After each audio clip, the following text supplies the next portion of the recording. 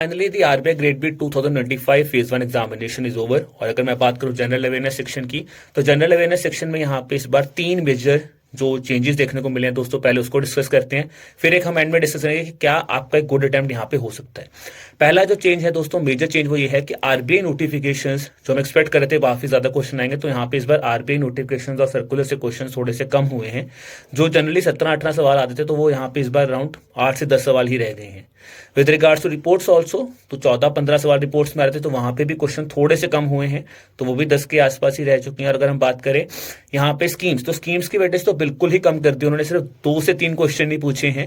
तो इसका मतलब स्कीम्स एक ऐसा एरिया है जिसको आरबीआई फेज 1 में पिछले 2-3 साल से हम देख रहे हैं, ऑब्जर्व कर रहे हैं कि वहां पे काफी हमारा ड्रास्टिकली मार्क्स जो है कम हुए हैं।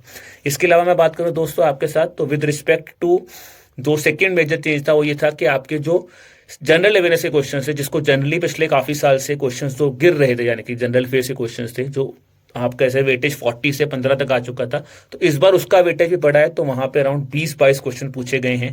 ठीक है। और अगेन अगर मैं बात करूं, तो सबसे इंपॉर्टेंट पॉइंट जो ये है कि थर्ड पॉइंट था स्टैटिक जी। तो जो स्टैटिक क्वेश्चन जिसको हम पिछले 2-3 साल से देख रहे थे क्वेश्चंस नहीं आते, तो इस बार कुछ स्टैटिक जी क्वेश्चंस भी पूछे उन्होंने, जैसे ज्योग्राफिकल एरिया पे क्वेश्चन पूछा है, माउंटेन्स पे क्वेश्चन पूछा है। तो ये थोड़े से आप कह सकते हैं टॉपिक्स कुछ अनकन्वेंशनल क्वेश्चन, 7 से 8 क्वेश्चन स्ट्रेटेजी में पूछे गए हैं।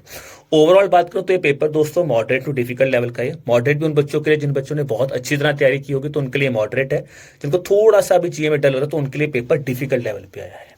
बाकी बात करूं दोस्तों ओवरऑल गुड अटेम्प्ट यहाँ पे क्या हो सकता है, तो ओवरऑल गुड अटेम्प्ट की बात करूं तो आई थिंक जो जितनी मेरी स्टूडेंट से बात हुई दोस्तों, तो अगर आप 30 प्लस लेके चल रहे हो, 30 to 35, अगर 30 प्लस आपने क्वेश्चंस किए हैं, तो that can be considered as a good attempt based on कि आपकी एक्यूरेसी बहुत अच्छी है। अगर आपकी एक्यूरेसी 80-85% और आपने 30 प्लस क्वेश्चन अटेम्प्ट किया है, so it can really help you score good marks. Okay, so this is all about the initial reaction of this specific examination with regards to general awareness.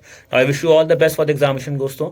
अब बहुत ज्यादा stress मत लेना, अब आपके festivals आ रहे हैं, so to enjoy your festivals and just take a good sleep. ठीक है, चलो बाय बाय।